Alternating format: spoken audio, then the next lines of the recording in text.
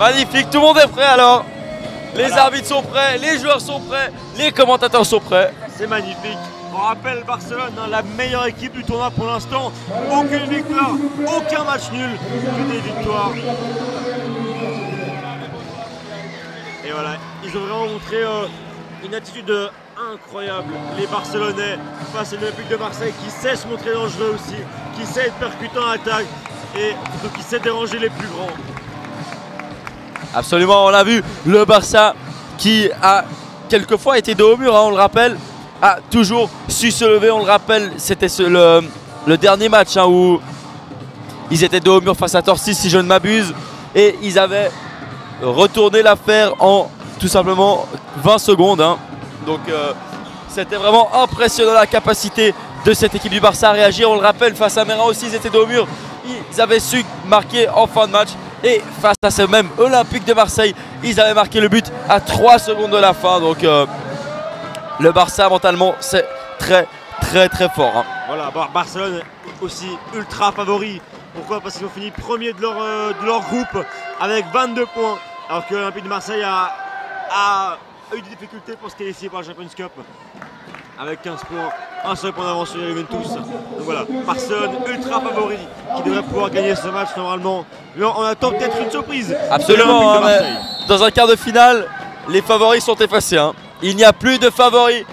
Toutes les équipes qui sont présentes là l'ont gagné leur place. Donc on va avoir un bon match, hein, je pense. Le match a commencé à la Salepta et le jeu. La balle est actuellement en faveur des Barcelonais. La balle est perdue. Par contre, ce sera Damiani d'avoir la balle pour les Marseillais. Allez, les Marseillais qui se dégagent. La balle dans les pieds de Belkir. Belkir encore. Belkir qui essaie de trouver son numéro 3 Naget. Mais finalement, il récupère le numéro 4 Belkir. Attention, les Catalans peuvent repasser l'avant avec le numéro 11. Hein, on le rappelle, Pedro Juarez Monti.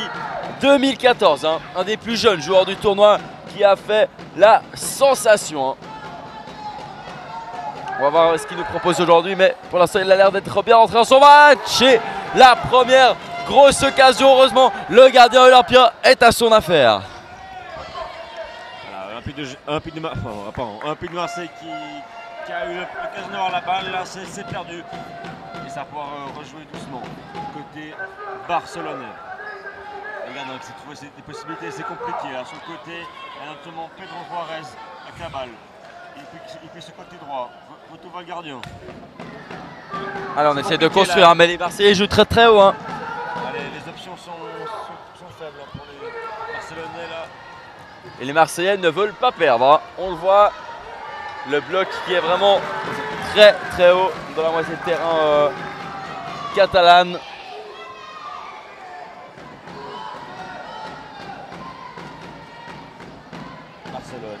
À la touche.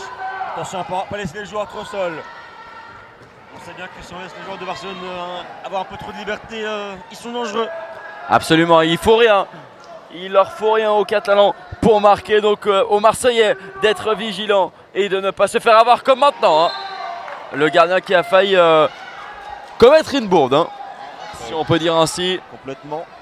Et là, ça va être le premier corner pour l'FC Barcelone. Le deuxième. Pour Barcelone. Et goal,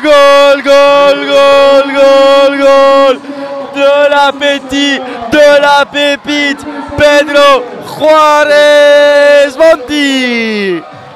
On l'avait dit en avant-match, hein, Nicolas, ce petit jeune 2014, un des plus jeunes joueurs du tournoi qui vient montrer tout son talent et vient inscrire le but. Voilà, vraiment le plus jeune et là il montre hein, vraiment que finalement c'est pas parce qu'il est plus jeune qu'il est moins bon. Et voilà. À lui on lui parle pas d'âge. Hein. Voilà, comme l'a dit un certain Kylian Mbappé. Marseille maintenant qui va devoir mettre les bouchées doubles pour essayer de renverser la tendance, la vapeur. Parce que Barcelone va garder cet avantage, ça c'est sûr. Ils vont le garder autant que possible, perdre autant de temps que possible. Barcelone n'a pas besoin de ça. Ils vont sans doute réussir à faire un bon score ici. On vous remercie, hein. Vous êtes une centaine, on nous dit dans l'oreillette sur ce live. Merci à tous, on espère que vous vibrez tout comme nous derrière vos écrans. Allez, ça va repartir pour le FC Barcelone avec le buteur justement, Pedro Juárez Monti qui écarte sur son côté gauche avec le numéro 10 Mario Franco de la Fuente qui perd ce ballon. Ça va permettre aux Marseillais de repartir de l'avant. Dégagement un peu subi là, du gardien. Et Pedro Juárez Monti qui récupère. Pedro Juárez et goal, goal, goal, goal, goal, goal de Pedro Juárez Monti qui vient crucifier l'Olympique de Marseille et inscrire son deuxième but personnel aujourd'hui. Alors là c'est exceptionnel s'il vous plaît. C'est incroyable s'il vous plaît. Il a réussi à marquer dans un mouchoir de poche. Pedro Juárez Monti. On l'a dit, hein, ce petit jeune, il est très très bon, le plus jeune du tournoi. Et une nouvelle fois, il vient prouver toute sa classe face à tout un Olympique de Marseille.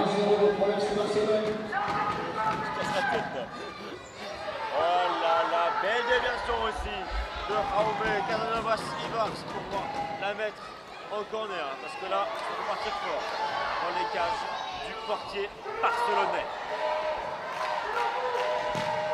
Oh, il était à l'affût le gardien. Quelle frappe du numéro 2 marseillais Milo Damiani. Malheureusement pour lui, le gardien était à son affaire.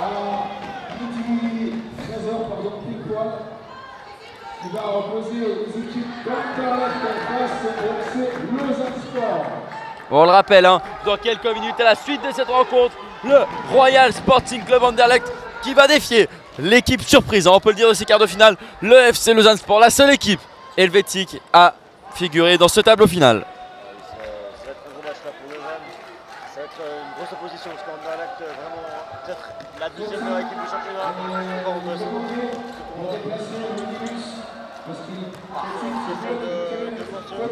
C'est perdu. Dégagement du gardien encore une fois.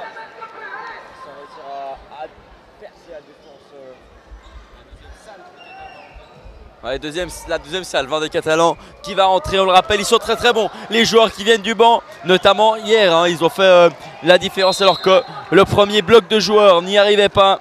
C'est les remplaçants qui sont venus faire la différence face à ce même Olympique de Marseille, hein, si je ne m'abuse. Alors qu'on est tendu.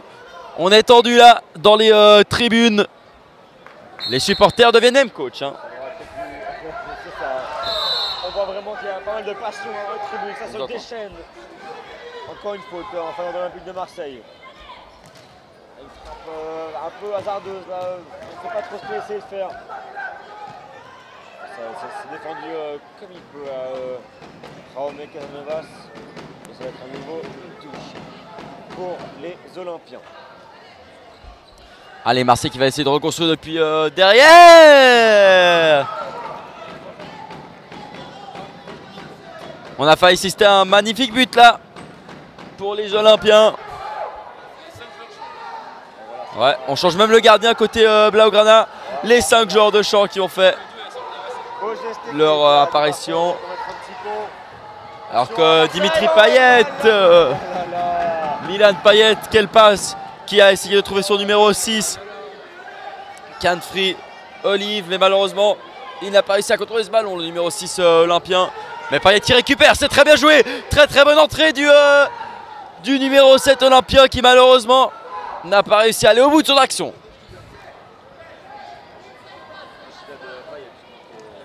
Sur le sol, le jeu continue. Il faut continuer pour les Olympiens. Ah, c'est pris entre deux étaux là, c'est compliqué de passer en Barcelone. C'est vraiment fort défensivement. Pourquoi pas maintenant? Ah, quel dommage! On aura toujours une balle. Un temps pour réduire le score.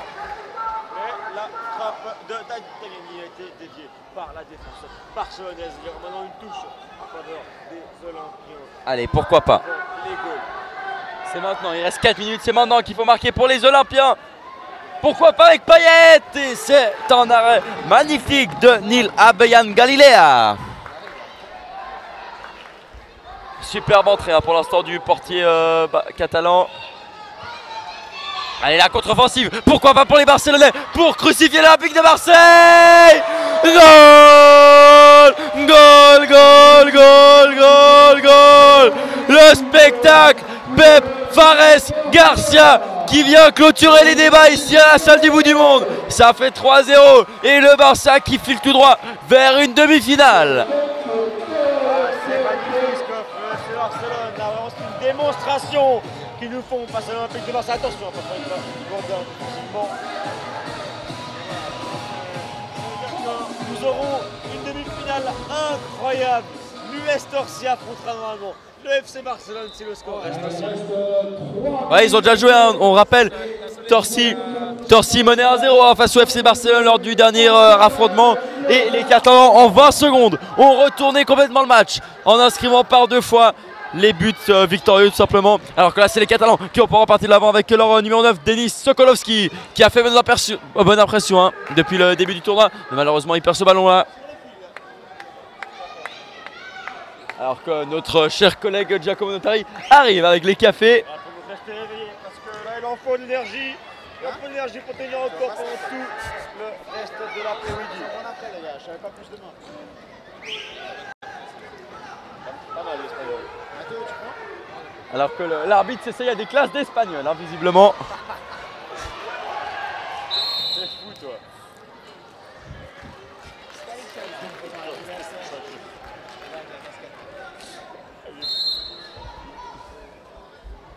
C'est propre pour Barcelone. On a leur gardien, Abelhan Gaillard.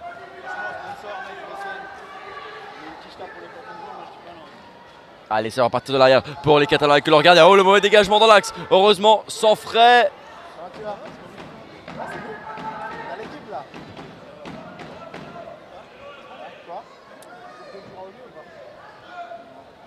Allez, le long ballon hein, pour le Barça, mais c'est Payet qui récupère. Et il fait une faute hein, facilement, mais non, l'arbitre l'a joué. L'arbitre l'a joué. Oh, la grosse faute! La grosse faute de Willian Payet sur le numéro 8 catalan, Isan Ruiz Rosillo.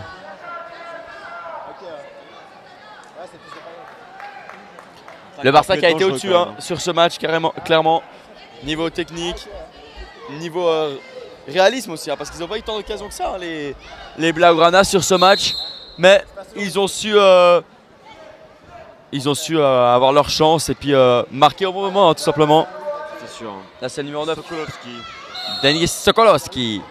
Allez, Denis qui se prépare. Denis la frappe! Et c'est contré par le numéro 6, Noah Canfrey Olive.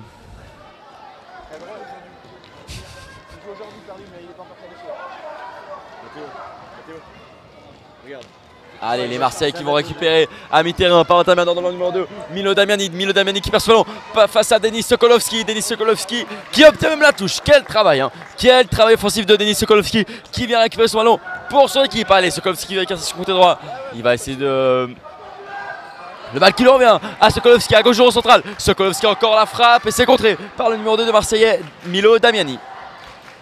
Alors que les supporters catalans donnent de l'avant dans les tribunes. Pourquoi pas aller sauver l'honneur pour les Phocéens. Mais malheureusement ce sera trop long. Ce sera trop long cette passe qui essayait de chercher Milan Payet. Et ça paraît vraiment terminé. Hein. Voilà, c'est une victoire facile des Barcelonais.